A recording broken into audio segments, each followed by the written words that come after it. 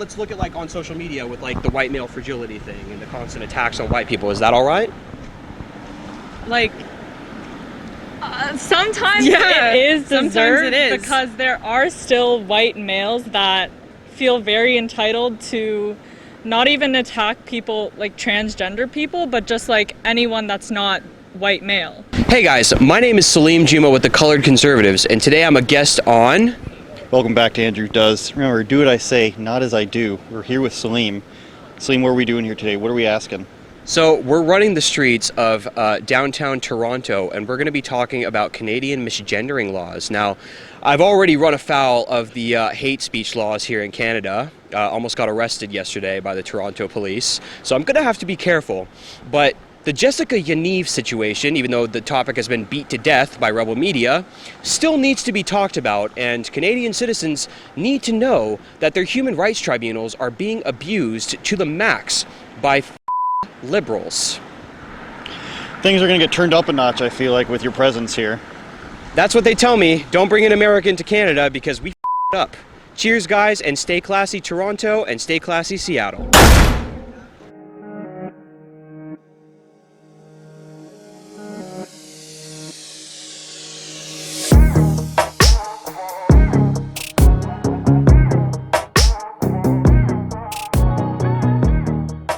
All right, folks. So first off, I want to ask you guys, how do you guys identify politically?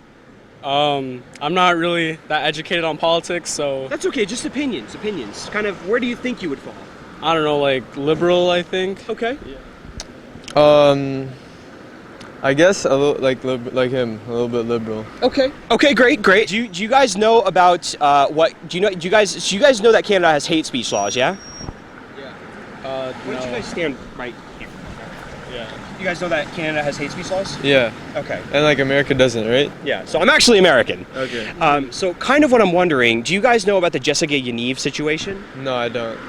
No. Can you explain it to me? Sure. So Jessica Yaniv is a person that says they are transgender, but basically they don't actually do very much trans stuff. They identified as a male up until very recently. They started putting on a wig and going trans. They are actually suing 16 women for not waxing her male genitals, because he has a thingy, you know? And he is suing in the BC, British Columbia Human Rights Tribunals. He's suing them for not waxing his male genitals. And he's using the Human Rights Tribunals to do it. What do you guys think about that? So he went to like a waxing clinic or something? He tried. He tried and they didn't let him? 16 of them, but he's filing suit against all of them. Doesn't that seem a bit strange? Did all of them decline him? Yes. I find that quite extreme, to be honest. Like, even though he's not even trying to play the role from like what you've explained, right? He's not like trying to look trans or even like be trans. He's just kind of saying it.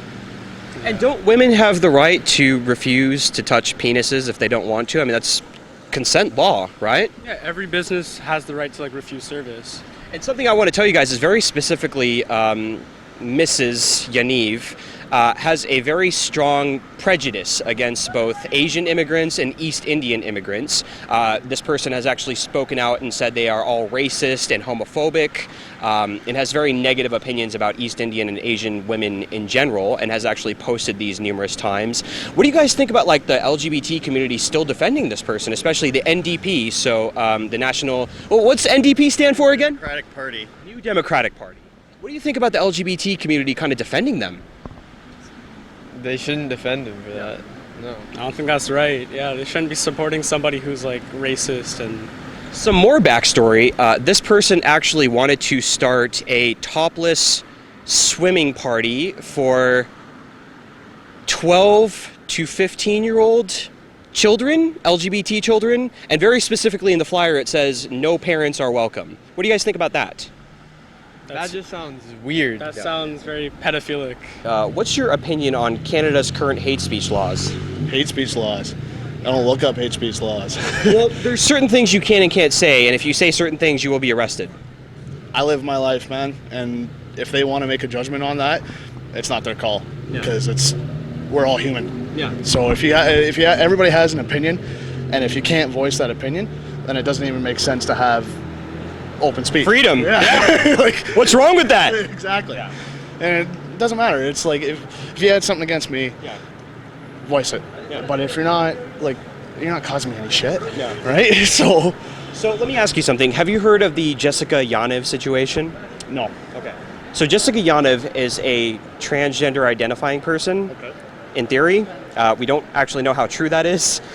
This person has basically been using the trans identity to try to shield them as a special class, and is using the BCHRT, which is the British Columbia Human Rights Tribunals, to sue 16 waxing salons for not waxing Jessica's male genitalia. So like I get what you're talking about. And Jessica sued 16 specific salons. Each one of them also happened to be East Indian or Asian. Yeah.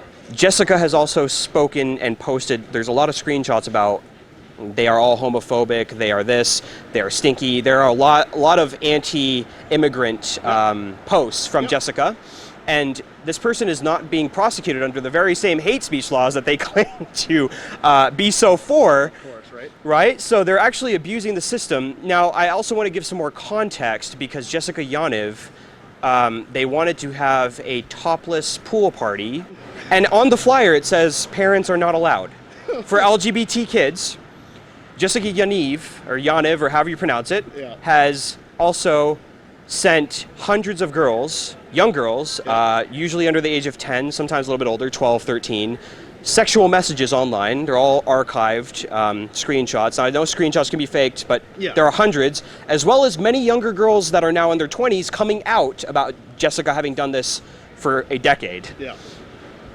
Nobody, and then here's the thing, because you're Canadian, you guys can't have weapons, right? For the most part. Yeah. Jessica Yaniv pulled out a taser on a live stream, has pepper spray, and has talked about getting a gun.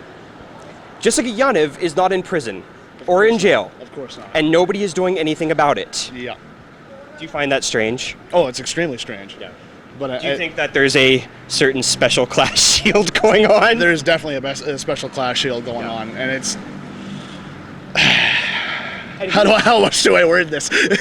Here's something. I actually have been following this story back since December. Yep. Before conservative media actually got a hold of it. I got banned on all tech platforms for talking about the story, for talking about Jessica Yaniv. Do you think that big tech platforms are more interested in protecting the trans community from misgendering than they are protecting children? Well, see, the thing I've always kind of noticed in the last, I guess half a decade or so, is that social media as itself is kind of leaning towards the big hype or the norm, and the left right now. Yes, yeah. And if everybody is getting all worked up about these things, then it's like, okay, you get more people on our boat, yeah.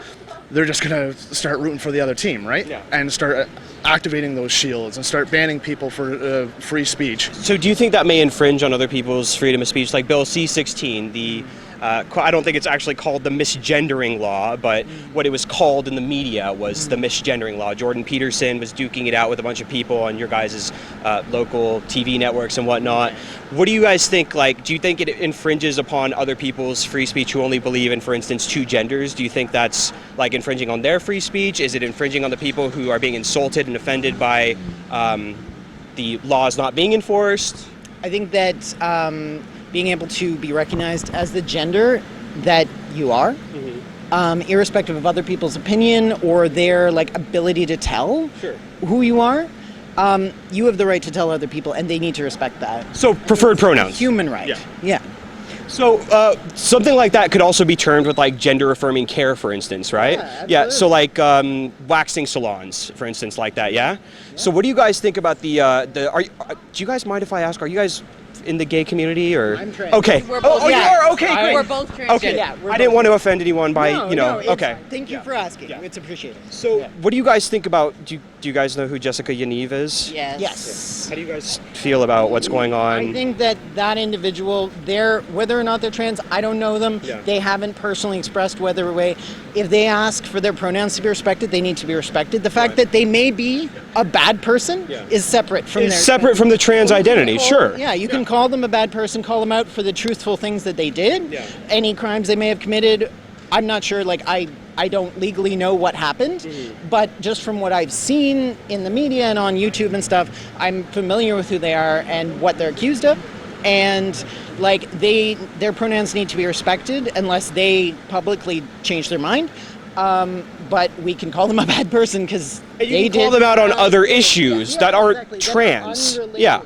Their gender representation is irrespective of what they've done or what they may be intending to do. So since you guys are both in the trans community, do you think that people on the conservative spectrum are kind of using that to take a pot shot at the transgender community, like the Jessica Yaniv situation? What do you guys think about like the waxing issue? Like Jessica Yaniv demanded that 16 different salons wax her current male genitals, right? What do you guys think about, like, for instance, the immigrant women that they're saying they specifically targeted? What do you guys think, like, is it a targeted thing? Because Jessica Yaniv there are screenshots that show that Jessica Yaniv has a issue with East Indian women in particular and thinks that they're all homophobic and is actually using the human rights tribunals to attack these women. So there's two questions I have. What do you think, is Jessica Yaniv using this to attack East Indian women? And then also, do you think that women have a choice on whether to offer gender-affirming care as far as like waxing, right? So male genitals versus female genitals. Do you think you still have the right to choose that? You know, like in that case, from not only from what you've said, but what I've seen of Jessica, it's also possible that they just got a bad vibe, and someone who makes you uncomfortable from a human perspective, you have the right to refuse. And honestly, there are laws. Well, there are care professionals who are happy to serve the trans community. There are plenty of people out there that will do it. If you're walking around looking for people who will refuse you, you will find them. Believe me, like, it happens to all of us. And it's unfortunate and it's painful if you are genuinely looking for gender-affirming care in an honest manner.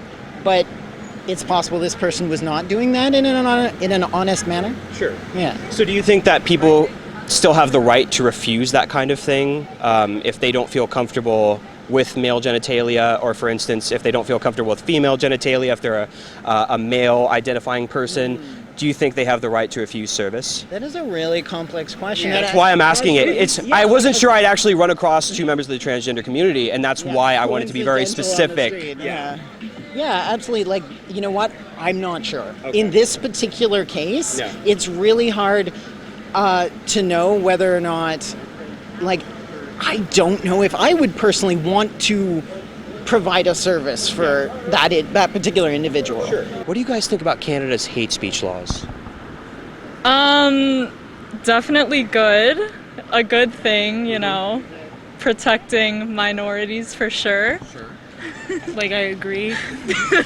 What do you guys know about misgendering? It's very prevalent in today's world. Sure. So, how does that work? Is it like I identify as a woman, and if I tell you I identify as a woman today, you cannot call me a man, right? I agree with that, yes. So what about the people who only believe in like two genders? Do you think they're still entitled to freedom of speech? Do you think that they don't deserve freedom of speech? What do you guys think? I think everyone's able to believe what they want, but some people should just know to keep to themselves or know what's appropriate to say or not. Because obviously you can't change what someone thinks about something, but you can change you can try to change it, you know what I mean? But isn't it kind of like a freedom of speech issue? Like, for instance, if I don't believe in the 2 million genders that there now are, right? Do you guys know that there's 2 million genders or like more? There's an infinite spectrum? Can I ask you a question? Sure. If, like, gender, right? It's how you identify yourself, right? Would you go up to her and say she's not Asian? Actually, that's a point of contention these days. Current social justice logic, right? There's actually articles from left-wing publications that say race is a social construct, much like gender is. So I could technically identify as an African-American woman. Do you see the slippery slope? That's kind of what I'm trying to convey here. But I think the issue is that people are not trying to identify as different things to fuck with people. They just want to be. Have you ever heard of Jessica Yaniv? No.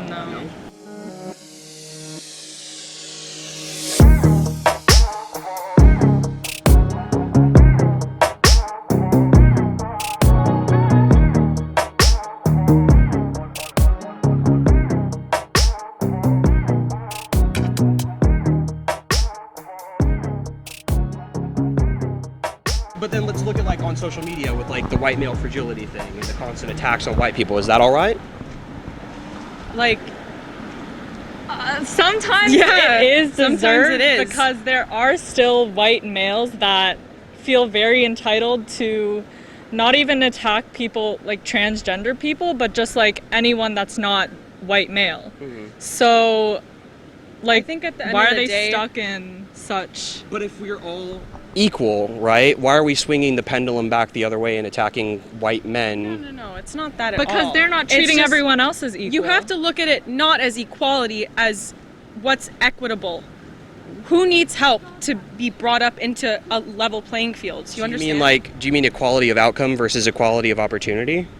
I just mean like in general, like. in general. But we all have the same rights and, you know, opportunities under the law. I mean, what do you mean? Do you mean like class issues or? No, but we do on paper have the same rights, but do people recognize that? Do people in positions of power like exercise that? No.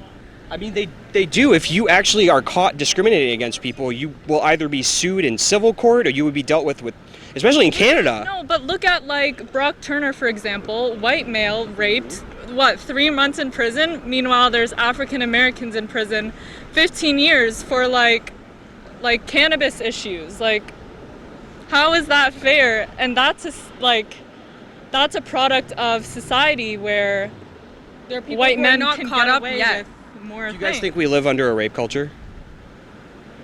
In some ways, in some circumstances. Because the statistics, we actually prosecute rapists as much as we prosecute armed robbers. Would you guys say we lived under an armed robbery culture, for instance? Say that again? So the statistics, if we Yeah. actually prosecute rapists at the same level as armed robbers, do you think that we live under like an armed robbery culture? But it's not like the same. It's still a crime, though. It's still will a a bank crime. have emotional trauma if it's Yeah. robbed? If I get mugged and somebody shoves a gun in my face, yeah, I think I'm going to have emotional trauma. But then people are getting prosecuted, right? It's being dealt with, right? Rapists are also being prosecuted, though. Yeah, but I think the part of rape that is so prevalent and why people are so concerned of it in today's Well, culture. it's a disgusting crime. It's a disgusting crime, but also, especially in recent years, women have started to really speak out. The Me Too movement. Of course. And this is a big issue that women are now finally starting to become okay with talking about. I think definitely there's nowadays a sort of like social justice, like LGBTQ kind of like agenda being pushed in the liberal media. Is that a little weird? Like, you guys identify as pretty liberal, right? We're pretty open, but do you guys feel like it's kind of being shoved down your throat in schools and media and shit like that? Just your opinions. There's no bent here. I want to hear your guys' opinions. Sometimes it can feel like that, but for the most part, it's okay. I don't think it feels like it's getting shoved down my throat, but it definitely, like, the curriculum has changed where they have to talk about that and stuff, and sometimes, like, talk a little bit too much about it, but yeah. That's my view. What do you think? I think from what I've like seen and like experienced, it's pretty balanced for the most part, but there were some times like if I disagreed with somebody about like LGBTQ laws or whatever, then I feel like I would be like kind of persecuted for that. That was actually going to be my last question. Do you guys think if you were conservative and you're kind of like were, I don't know, a little bit more religious or something and kind of felt that LGBT, there's only two genders, for instance, do you think you could actually speak about that publicly in Canada? Honestly, I think like nowadays, like people who have those kind of views, they can get persecuted pretty easy. Like with the whole like Jordan Peterson thing, like. And is that wrong? Like, yeah, that's wrong. We should all have free speech regardless of what our like opinion is. I actually saw, you know, Church in Wellesley? I don't. Okay, so you're not from here? No, I'm from Seattle. Okay, well, that's like a LGBT community. It's like highly populated with them there, and there is okay, so yeah, it'd be like our Capitol Hill in Seattle. You guys don't know what that is, but that's like the gay community. yeah. So this guy actually went and he started preaching about God there, and it was crazy. It didn't go well. It did not go well. The gays kind of surround him and scream at him. Well, a lot of people from that community surrounded him. Yeah.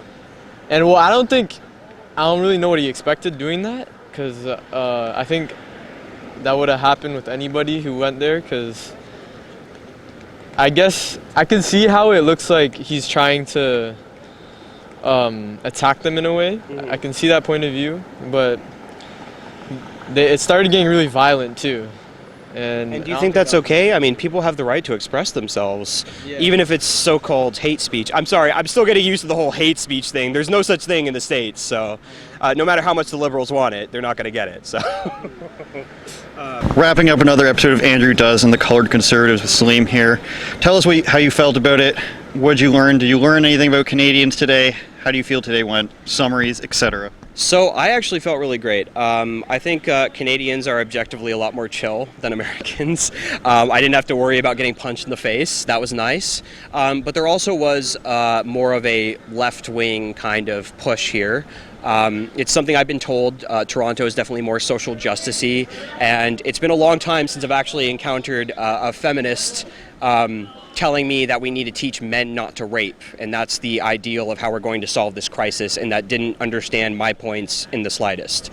Yeah, I think that was a pretty good example of how people have been fed an ideology and they really haven't considered the other side. Yeah. So I think it's good that we got that. We did get some people that agreed with us. We got some smart people, some intellectual answers. Yeah, no, absolutely. We found people that actually were willing to not only listen, but actually held sort of conservative ideals themselves, and were like, what the hell? You can actually go to jail for calling a woman, a biological woman, a man? Like, what is going on here? So final thoughts on Canada? I still love it. I mean, I still love Canada. What's your national anthem? Oh, Canada. Do not.